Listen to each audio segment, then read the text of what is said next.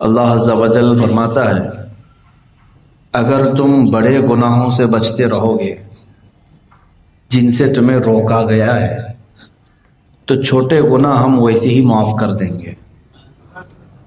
وَنُدْخِلْكُمْ مُدْخَلًا كَرِيمًا، اور عزت والی جگہ پر ہم تمہیں داخل کریں گے، یہ اللہ کا وعدہ ہے۔ تو یہاں سے بات پتہ چلتی ہے کہ جن چیزوں سے اللہ نے ہمیں روکا ہے، منع کیا ہے، وہ دو قسم کی چیزیں ہیں۔ ظاہر سی بات ہے جن چیزوں سے روکا گیا ہے اس کو گناہ کہتے ہیں۔ گناہ کیا چیز ہے؟ اللہ نے جس کے کرنے کو منع کیا وہی گناہ ہے۔ تو وہ دو قسم کے ہیں، کچھ بڑے ہیں اور کچھ چھوٹے ہیں۔ بڑوں کو کبیرہ گناہ کہتے ہیں، چھوٹے کو صغیرہ گناہ کہتے ہیں۔ تو کبیرہ اور صغیرہ کیا چیز ہے ایک لمبی بحث ہے، انشاءاللہ العزیز زندگی باقی رہی تو میں سبقاً آگے تک عرض کرنے کی کوشش کروں گا۔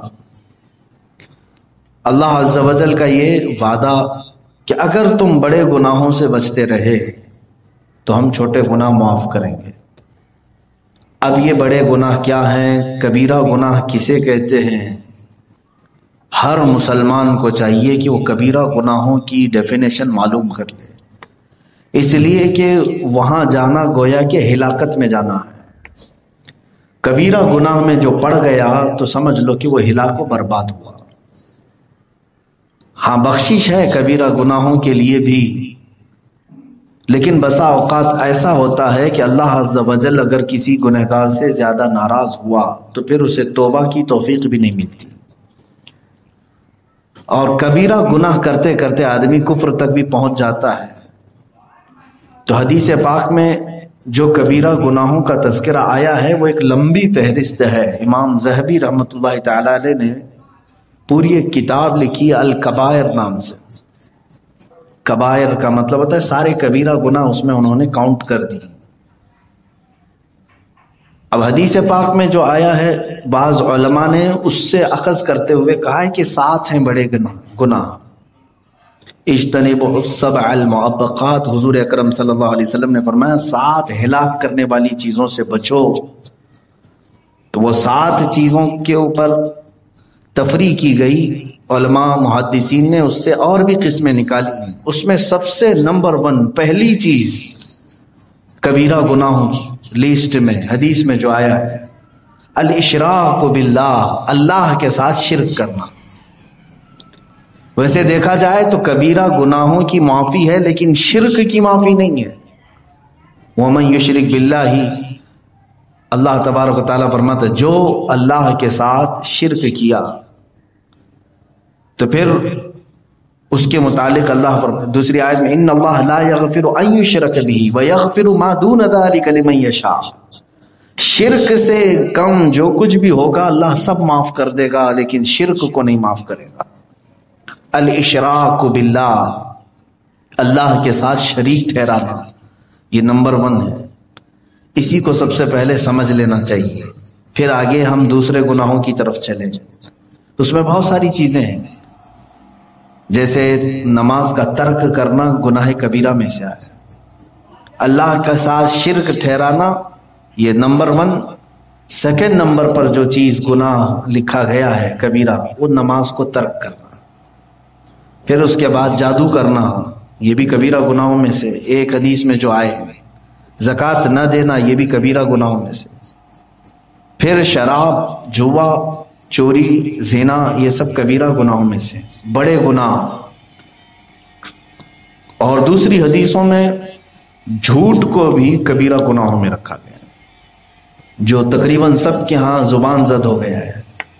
یوں سمجھ لو کہ جو کبیرہ گناہوں میں مبتلا ہے وہ رحمت الہی سے محروم ہے، اللہ کی نظر رحمت سے وہ محروم بندے ہیں جو کبیرہ میں۔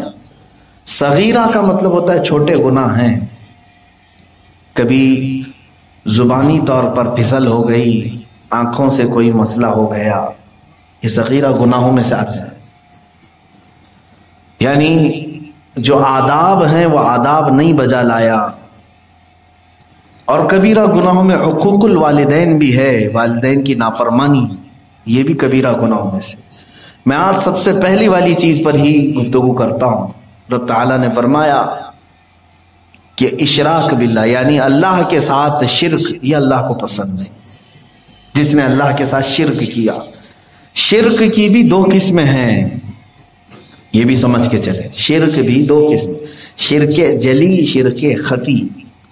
جلی کا مطلب ہوا یہ جلا ہوا نہیں، ظاہر کھلے عام شرک کرنا، کسی کو دوسرا خدا مان لیا، یہ شرک جلی ہے۔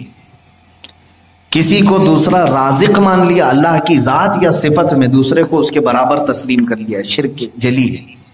چاہے وہ نبی کو ہی کیوں نہ ہو، رسول کریم صلی اللہ تعالی علیہ وسلم کو بھی اگر خدا کے برابر مانا تو وہ شرک کیا، اس نے شرک جلی ہے، کھلے عام شرک کرنا۔ یہاں ڈیفینیشن میں کچھ لوگ دھوکہ کھا جاتے ہیں، جیسے جماعت اہل حدیث اور دیگر کچھ مکاتب فکر کے لوگ ہیں، وہ شرک کی ڈیفینیشن سمجھ نہ پاکتے ہوئے سب کے اوپر شرک کو ٹھوک دیتے ہیں۔ انبیاء اکرام علیہ السلام کی تعریف میں کبھی کبھار ہم لوگ انہیں جس انداز سے تعریف کرتے ہیں تو بعض لوگوں کو ایسا لگتا ہے کہ ہم نے انہیں خدا تک پہنچا دیا، ایسا ہرگز نہیں، ایسا ہرگز نہیں۔ ویسے دیکھا جائے تو میں آپ کو بتاؤں، شرک جلی میں جو چیزیں گنائی گئی ہیں، الطبلہ والتمائم شرک، یہ حدیث میں ہے۔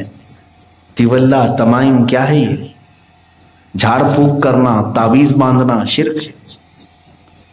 تو اس اعتبار سے دیکھا جائے تو میرا ہی معاملہ سب سے پہلے آئے، اور کسی آج کے ماحول میں بتا دیا جائے تو اس پر بھی ایک فتویٰ ہے، حدیث میں ہے جھاڑ پھونک کرنا اور تعویذ باندھنا۔ تو یہ ایک ظاہری لفظ اتنا ہی اس کو لے لیا، اور بعض لوگوں نے اس کے پیچھے الرقا، یہ بھی حدیث پاک میں ہے، اور منکے جو پہنتے ہیں، منکا بولتے ہیں یا جو بھی گلے میں پہنایا جاتا ہے نظر بد کے لیے، یہ تین چیزوں کا حدیث میں ذکر آیا ہے، اور صاف یہ لفظ ہے کہ یہ شرک ہے اللہ کے ساتھ۔ اور اسی کو لے کر کے تو سعودی جب بھی کوئی جاتا ہے سنی، اس کے گلے سے لوگ تعویذ کھینچ ڈالتے ہیں احرام کی حالت میں، اگر وہاں کے متوے یا مکوے ہیں وہ کھینچ لیتے ہیں، تعویذ کھینچ لیتے ہیں اور توڑ دیتے ہیں، وہ کہتے ہیں ہذا شرک، یہ شرک ہے، کیونکہ حدیث میں صاف آیا ہے تعویذ لٹکانا، جھاڑ پھونک کرنا، منکا ڈالنا۔ میرے عزیزو یہ کیا ہے اس کی ڈیفینیشن؟ آپ بھی پریشان ہیں، اور اکثر کے گلے میں تو ابھی تعویذ ہوگی، اور کچھ کو تو میں نے ہی دیا ہوگا۔ تو اب یہ اللہ رب العزت کے ساتھ شرک ہے، تو پھر شرک کیسے ہو سکتا ہے؟ یہاں پر اس کی ڈیفینیشن یہ ہے، اللہ مؤثر حقیقی ہے، حقیقت میں اثر دینے والا وہی ہے۔ اگر کسی بندے نے تعویذ کے بارے میں یقین کر لیا، منکے کے بارے میں یقین کر لیا، دھاگے کے بارے میں یقین کر لیا کہ اس کا خود کا ایک ذاتی اثر ہوتا ہے، اور چاہے کوئی چاہے یا نہ چاہے یہ خود ہی اثر کرتی ہے، تو یہاں جا کر کے اس نے دوسرا خدا مان لیا۔ جیسے اللہ ہمیں اثر دیتا ہے، ایسے ان کو اگر دیکھا جائے تو میرے عزیزو اس میں تعویذ دھاگے کی کیا خصوصیت؟ ہر گولی دوا بھی شرک ہو جائے گا اگر یقین کر لیا کہ صرف گولی ہی جو ہے مؤثر حقیقی ہے، تو یہاں پہ بھی شرک ہو جائے گا۔ ہر دوا بھی کھاؤ تو یقین یہی رکھو کہ اثر اللہ دے گا، یہ بات سمجھ کر کے چلے۔ نہ ڈاکٹر کے ہاتھ میں ہے، نہ گولیوں کے ہاتھ میں ہے، نہ گولیوں کے قدرت میں ہے۔ اگر اللہ نہ چاہے تو دنیا کے سارے معجون ملا کر کے تمہارا بخار نہیں اتار سکے، اور اگر اللہ چاہے تو کسی کنکر اور کانٹے سے بھی تمہارا بخار اتر جائے۔ تو مؤثر حقیقی کون ہے؟ اللہ رب العزت ہے۔ تو تعویذ کا جو ذکر آیا ہے حدیث میں، وہ شرکیہ تعویذ ہوا کرتے تھے عرب میں۔ کفار جو ہے بتوں کی عبارتیں اس میں لکھتے تھے، بتوں سے مدد مانگتے ہوئے کہ لات و عزا، اے منات و حبل، تم اس بندے کو فلاں کر دو، فلاں کر دو، اس میں لکھ کر کے وہ پھر وہ لٹکاتے تھے گلے میں۔ ہم تو ایسے لات و عزا منات کو نہیں پکارتے، ہم جو تعویذ لکھ کر کے دیتے ہیں اس میں تو یہی ہوتا ہے، حسبنا اللہ و نعم الوکیل، نعم المولا و نعم النصیر، ہمارے لیے اللہ کافی ہے، بہترین وکیل ہے، بہترین مددگار ہے۔ اللہ رب العزت کے نام سے اور قرآنی آیات احادیث بزرگوں سے ثابت یہ چیزیں لکھ کر کے دینا، یہ شرک نہیں ہے۔ بات سمجھ میں آ گئی؟ بعد میں میری پہلی والی چھوٹی سی تقریر کو کٹ کر کے کوئی یہ نہ کہہ دے کہ مفتی صاحب نے تعویذ کو شرک کہہ دیا، پھر اس کو وائرل کر دیں گے کہ اتنا سا حصہ نہ کٹ کیا جائے، آدھی بات نہ کٹ کریں، پوری بات لے لیں۔ تو شرک جو ہے اس تصور کو کہتے ہیں کہ اللہ کے طرح مؤثر سمجھنا، یہ شرک ہے۔ یہ شرک جلی کی بات میں بتا رہا ہوں، اللہ کی ذات اور اس کی صفت کے ساتھ کسی دوسرے کو شریک ٹھہرانا۔